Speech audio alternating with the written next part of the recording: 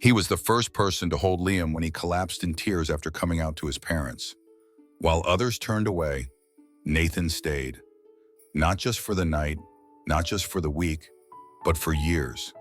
Through dorm rooms and heartbreaks, through silent nights and laughter that lasted until morning, Nathan had become more than a friend. He was Liam's anchor. People often mistook them for a couple. They shared everything: meals, rent, long walks home under neon skies. But there was never romance. Not the kind they dared to name. What bound them together was deeper, a kind of soul alliance. Unshaken, unquestioned. Liam never forgot the winter Nathan brought him hot soup and Advil when he had the flu, missing his own finals. Or the night Liam had a panic attack in a crowded train station, and Nathan sat beside him on the cold floor until the shaking stopped. It wasn't that Liam owed him anything. It was that Liam believed, truly believed, Nathan would always be there. The way you believe gravity will never let you go. That's why it never crossed his mind to expect betrayal from the one person who knew every version of him before the confidence, before Marco, before the love that finally felt like home. Because when Liam met Marco, something changed. Not abruptly, not even noticeably, but it was there, a shift, a silence that filled the spaces where Nathan used to laugh. Marco didn't replace Nathan. No one could. He simply gave Liam something Nathan couldn't: unapologetic love, the kind that doesn't require shrinking or hiding. Marco embraced all of Liam, not just the parts that were easy to be around. And Nathan, he smiled. He said he was happy. He said all the right things, until the engagement party, until that night. The rooftop was strung with warm lights. Liam's heart pulsed with joy as friends clinked glasses and laughter spilled into the Chicago night. It felt like closure for the years he spent fearing no one would ever celebrate him. Nathan helped organize it all, from the lighting to the playlist to the gluten-free hors d'oeuvres Liam's mom might actually eat if she decided to show up. Nathan had insisted on being involved. He even said, "Let me be your person, just one more time." Liam thought it was sweet, thought it was their tradition continuing into new chapters. He didn't see it coming. The tears, the exit, the silence that screamed louder than any outburst ever could. But that's for another time. For now, all you need to know is this: the 12 years of friendship and one night that Liam will never forget. If you've ever trusted someone so deeply that their absence felt like betrayal, this story is for you. Because what happened that night wasn't the end of a friendship. It was the start of a truth Liam had refused to face for too long. This is Heart Stories. And sometimes the ones who catch you when you fall are the ones who will hurt the most when you finally learn to fly. Make sure you follow the channel so you don't miss what happens next. Because in the next part, everything beautiful begins to break. The evening was everything Liam had ever wanted. Golden string lights draped like stars above a rooftop that overlooked the river. Friends gathered with glasses in hand, warm voices floating over soft jazz. His fiancée, Marco, was radiant, buttoned up in pale gray linen, eyes shimmering with that steady, grounding love that made Liam feel real. This wasn't just a party. It was proof that he had made it through, that the boy once curled up on a dorm room floor abandoned, trembling, unseen, had become a man worthy of celebration, of commitment, of joy that didn't have to apologize for existing. And Nathan had made it all happen.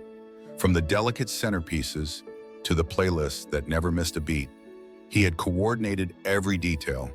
He checked with vendors, managed timing, ensured the food stayed warm, the drinks flowing. He had said it was a gift, that Liam had always been his family, that this was how he showed love. People noticed his effort. More than once, guests approached Liam to say, "Your best man is amazing." Liam smiled every time. He believed it too. And then it happened. The speeches had just begun. Liam stood with Marco, ready to thank their friends, to raise a toast to the village that had carried them here. He reached for the mic, felt Marco's hand squeeze his gently. Out of the corner of his eye, he saw Nathan turn away. It was subtle. No one else noticed. But Liam did. The way Nathan's shoulders tensed, the way his jaw clenched as if holding back something unbearable. Then Nathan disappeared behind the curtain leading to the service hallway. At first, Liam assumed something had gone wrong: the sound system, the catering, maybe just a personal call. But when he stepped off stage moments later to check, he found Nathan sitting on a crate in the storage area, his face buried in his hands. His shoulders were shaking. Liam called out, "Boya!" Nathan didn't answer at first, but when he looked up, his eyes were red, not from dust or allergies, but from grief. He whispered, "I'm sorry. I didn't think it would hit me like this." Liam knelt down, confused but concerned. He placed a hand on Nathan's back, waited. Then Nathan said something that would replay in Liam's head for months. "It should have been us." You know, Liam's breath caught. He asked what Nathan meant, but Nathan just shook his head, mumbled something about the night being overwhelming, about old memories surfacing. He mentioned nothing specific, nothing that made sense. Liam helped him breathe, helped him settle, told him he could step outside, take time, told him he loved him, as a brother, always would. Nathan nodded, stood up, walked to the bathroom, and never came back. The party continued. Guests danced, laughed, clinked glasses under the stars. But something inside Liam had cracked open. He didn't tell Marco, not yet. He didn't want to disrupt the night, didn't want to believe that something so bright could be shadowed so easily. Later that night, someone sent him a screenshot from Instagram. Nathan had posted a story, a photo of the rooftop captioned, "Funny how you can build something and still end up outside the door." Liam stared at it, heart pounding. He didn't understand. Not fully, not yet. But this was the moment he would look back on the quiet unraveling of something sacred, the soundless scream inside someone he once called home, and the beginning of a betrayal wrapped in silence. The message came at 6:17 the next morning. Liam woke to sunlight streaming through the window. Marco still asleep beside him, the quiet hangover of happiness humming in the room. But the notification on his phone shattered all of that. It was a voicemail from Nathan. His voice was tight, shaky, not like the friend Liam had known, but like someone barely holding back rage wrapped in grief. He said he was stepping down from the wedding, that he couldn't be Liam's coordinator anymore, that he felt used, unsupported, and erased. Then came the words that twisted in Liam's stomach like a knot pulled tight. "I gave you everything, and when I needed something back, you let the music play over me. You let the party go on like I was disposable." After everything, Liam sat frozen. He played it again, slower this time. Listened to every pause, every unspoken wait. The night before, Liam had done what he thought was right. He had stepped away from his own engagement party to check on Nathan, had offered comfort, had let him leave with dignity. There had been no argument, no rejection.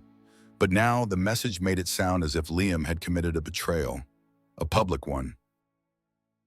As if the entire evening should have stopped to orbit Nathan's private pain. He didn't understand. Then came the email. More formal, longer. Words arranged with care, but soaked in resentment. Nathan claimed he had been emotionally abandoned in the moment he needed Liam the most, that the event had made him feel like an afterthought, that Liam had chosen the spotlight over the friendship that built him. The final lines lingered longest. "None of this would exist without me. Not your healing, not your future, not your courage. I was the one who stayed. I made you into someone worthy of being loved.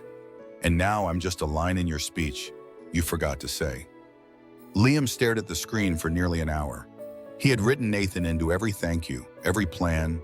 He had trusted him with the timing, the details, the rhythm of a night that was meant to celebrate the life they both helped shape. But he hadn't stopped the music. He hadn't taken the microphone to explain Nathan's pain to 100 guests. And now he was being told that made him ungrateful. Marco found him in the kitchen, phone on the counter, email still open. Liam told him everything, from the storage hallway to the voicemail, from the Instagram story to the accusations now echoing through his mind. Marco listened quietly, then asked only one question. "Do you think he ever wanted you to be happy without him?" It was the first time Liam allowed himself to consider the possibility that Nathan's grief wasn't about being excluded, but about being replaced. He scrolled through old photos, their first apartment, their graduation, their matching Halloween costumes one year when they didn't feel brave enough to go alone. And in every photo, Nathan's hand was on Liam's shoulder, always steady, always there to them. But now, Liam wondered, had that hand been guiding him or holding him back, because the messages weren't just about hurt. They were about ownership. Nathan wasn't saying, "I needed you." He was saying, "You owed me." That was the shift Liam hadn't seen, the crack in the foundation of their friendship. It had stopped being support and had quietly become control. What Nathan couldn't accept wasn't that Liam had changed, but that he no longer needed Nathan to survive. And in the absence of need, what remained was resentment, a resentment that had nothing to do with a party, or a speech, or even a wedding, but everything to do with who Liam had become without asking permission. The guilt didn't leave right away. Liam found himself replaying every moment from the rooftop, every laugh, every glance, every clink of glass. He scrolled through photos, searching for a sign that he had missed something, a signal from Nathan that things weren't okay long before they broke. He didn't find it, because Nathan hadn't warned him. He had simply detonated the silence and walked away from the wreckage. Still, Liam second-guessed everything. He drafted a message, deleted it, then another, each one trying to balance apology with confusion, affection with anger. But none of them felt right. Nothing he could say would undo what Nathan believed, that Liam had abandoned him by choosing joy. And the more Liam thought about it, the more he realized this wasn't about a single night. This had been building quietly for years. He remembered the first time he told Nathan about Marco, how Nathan had smiled, nodded, said all the right things, but hadn't asked a single question. How his tone, warm on the surface, had cooled just enough to make Liam hesitate. There had been other signs, too. Small comments masked as jokes, moments of distance followed by sudden intensity, support that felt conditional, loyalty that came with a quiet price tag. Marco had noticed it early on. He had once said, "It's okay to outgrow people, even the ones who saved you." Liam had brushed it off. At the time, the idea felt ungrateful, cruel even. But now, in the wake of Nathan's messages, it felt like truth. Because what Nathan wanted wasn't just a place in Liam's life. He wanted to remain the center of it, and Liam's engagement had changed that. Suddenly, Nathan was no longer the one Liam called first. He wasn't the one who heard the drafts of vows or helped choose the color scheme. He was still invited, but he was no longer essential. And for someone who had built his identity around being irreplaceable, that was unbearable. Liam began to understand something painful, something no one wants to admit. Not everyone clapping for you wants you to win. Some people only celebrate you as long as they feel superior to you, needed by you. But when you no longer orbit their emotional gravity, they call it betrayal. He wasn't angry anymore. What replaced the anger was grief. Not just for the friendship he had lost, but for the illusion he had protected for so long, the belief that Nathan's love was selfless, pure, unconditional. Because real love doesn't keep score. Real love doesn't sulk in the corner of your joy, waiting for a moment to make it about them. Liam had wanted to believe that his happiness could be shared, that he could carry everyone with him into the light he had worked so hard to reach. But not everyone wants to walk beside you. Some only want to be the one who carried you out of the dark. And when you finally stand on your own, they realize they've lost the version of you that needed them the most. So they mourn. And sometimes they rage. But that rage isn't yours to carry. Liam no longer owed Nathan anything. Not closure, not explanation, not permission to move forward. What he owed was to himself, to protect the chat he had earned, to honor the man he had become, to let go of the hands that only held him when he was broken. The letter arrived in a pale blue envelope, hand-addressed in slanted script Liam hadn't seen in years. It was from his mother. They hadn't spoken much since he came out. The relationship had been strained, quiet, full of polite distance and unspoken regrets. But after the engagement party, after seeing the photos online, she had sensed something unexpected. Inside the envelope was a short note in an old folded sheet lined paper, dated, smudged at the edges. The letter wasn't from her. It was from Nathan. A letter he had written a decade earlier, one Liam had never known existed. His mother explained in her note years ago. Nathan had shown up at her door. He was trembling, soaked in rain, holding the letter in both hands. He had begged her to take Liam back, told her what it meant for a son to be thrown away for telling the truth. He had cried, not just for Liam, but for himself. She hadn't accepted Liam that night, but she remembered Nathan's words. And for reasons she couldn't explain, she had kept the letter. Now she was passing it on. Liam unfolded the paper, reading the words Nathan had written when they were both just boys scared, stubborn, hopeful. He wrote about how Liam didn't deserve rejection, how being gay wasn't a flaw, how Liam was the bravest person he knew. And buried in the middle of that letter, in handwriting just barely legible through tear stains, were these words, "You are who I wish I could be." It hit Liam like a wave he hadn't seen coming. All this time, he had thought Nathan was mourning their friendship, but maybe what Nathan was truly mourning was a version of himself he had never let live. Nathan had never come out, not once in over a decade. He had loved women, at least on the surface, dated, smiled, played the part. But Liam remembered now how carefully Nathan edited his words, how he changed the subject when things got too close. Joseph, an old mutual friend from their school days, had once told Liam about the bruises Nathan showed up with in high school, about the time he got shoved in a locker for wearing a scarf his father called feminine. Nathan had buried something deep, and Liam's joy had unearthed it. That night on the rooftop wasn't about being excluded. It was about watching someone else walk into the light you told yourself you never deserved.